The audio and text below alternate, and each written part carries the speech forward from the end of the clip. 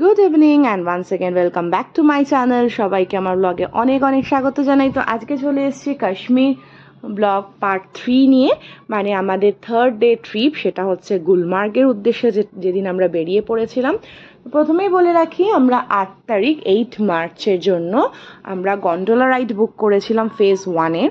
Phase 2 আমরা বুক করিনি, কারণ হচ্ছে ফেজ 2-তে বাচ্চাদের নিয়ে যাওয়া একটু রিস্কি থাকে। তো ফেজ 1 আমাদের প্রথম দিকে অনলাইনে টিকিট বুক করে নেওয়া হয়েছিল, যেটা পার হেড পার পারসন 810 টাকা করে লেগেছিল। তো সেদিনকেও একই রকমভাবে সকালবেলা 8:30 নাগাদ ব্রেকফাস্ট করে 9টার মধ্যে আমরা বেরিয়ে পড়েছিলাম। আর শ্রীনগর থেকে গুলমার্গ যেতে 1.5 আওয়ার্স মতন টাইম লাগে।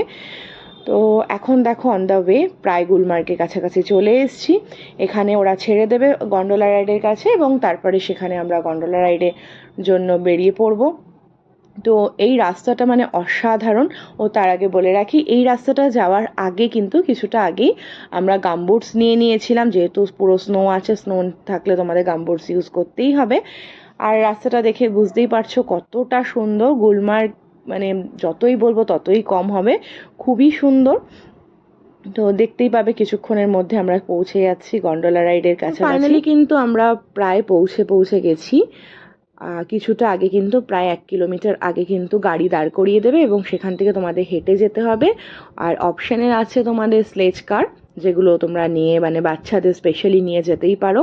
তো আমরা কিন্তু হেঁটেই গেছি। ওই যে সামনে যে গ্রিন কালারের ক্যাম্প মতন দেখছো, ওটাই কিন্তু গন্ডোলা রাইডের ক্যাম্প। এই যে ফাইনালি আমরা পৌঁছেও গেছি। এবার ভেতরে যাব লাইন দেওয়ার জন্য। আর এই হচ্ছে সেই লাইন। তবে ভেবো না যে এইটুকুনি লাইন। এই যে ভেতরে যে দেখছো, ওর ভেতরেই আসল লাইনটা শুরু হচ্ছে। আর ইনি হচ্ছেন আমাদের গাইড। হ্যাঁ, আর একটা কথা বলে রাখি, গুলমার্গে তোমাদের গন্ডোলা রাইডের জন্য কিন্তু সবাইকে একটা করে গাইড নিতে হবে। মানে এনারা অনেকটাই হেল্প করেন। মানে আমরা যেই প্রবলেমগুলো অনেক ফেস করেছি তোমাদের পরে বলছি। তো যাই হোক, এইটাই ভেবো না ওটা লম্বা লাইন, মানে ওইটাই শেষ লাইন ছিল। ওর ভেতরে ঢুকে কিন্তু আমাদের 3.5 ঘন্টা লাইন দিতে হয়েছে, মানে টিকিট কাটার পরেও। 12টায় আমরা ওর ভেতরে এন্টার করেছিলাম, এবং 3:30 আমরা গন্ডোলা পেয়েছি। তবে যাই হোক, এই যে ফাইনালি গন্ডোলায় উঠে পড়েছিলাম। আর গন্ডোলা উঠে পড়ার পরে যেই ফিলিংসটা আমাদের এসছিল, মানে অসাধারণ, যাকে ভাষায় বলা যাবে না, স্পিচলেস। মানে এতটাই সুন্দর ফেজ 1 মানে গুলমার্গে, বলে বোঝানো যাবে না, অপরূপ সুন্দর। তো দেখে বুঝতেই পারছো কতটা সুন্দর লাগছে। যাই হোক, লাইন তো দিতেই হয়। তো এবার আসি মেন পয়েন্টে, যেই প্রবলেমটা আমরা ফেস করেছিলাম গুলমার্গে। তোমরাও যাতে এখানে এসে সেম প্রবলেম না ফেস করো, তার জন্যই আমি তোমাদের জানিয়ে রাখি।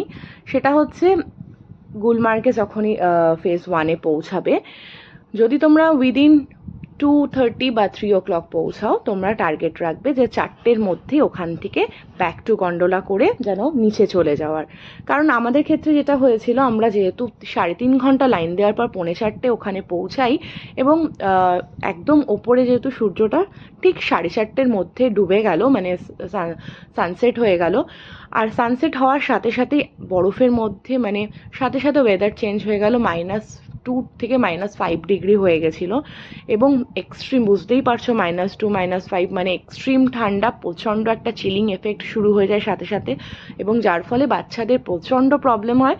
মানে তাতান এত বড় হয়েও সেও প্রচণ্ড কান্নাকাটি করে, মানে ওর পা জ্বলতে শুরু করে, মানে একটা চিলিং এফেক্ট, প্রচণ্ড ঠান্ডা শুরু হয়ে যায়। তো এই প্রবলেমটা যাতে তোমরা না ফেস করো, তো তাই জন্য তোমাদের অ্যালার্ট থাকতে বলছি। মানে তোমরা অবশ্যই চেষ্টা করবে ওখান থেকে এনি হাও 4:30-র মধ্যে যেন তোমরা রিটার্ন করতে পারো।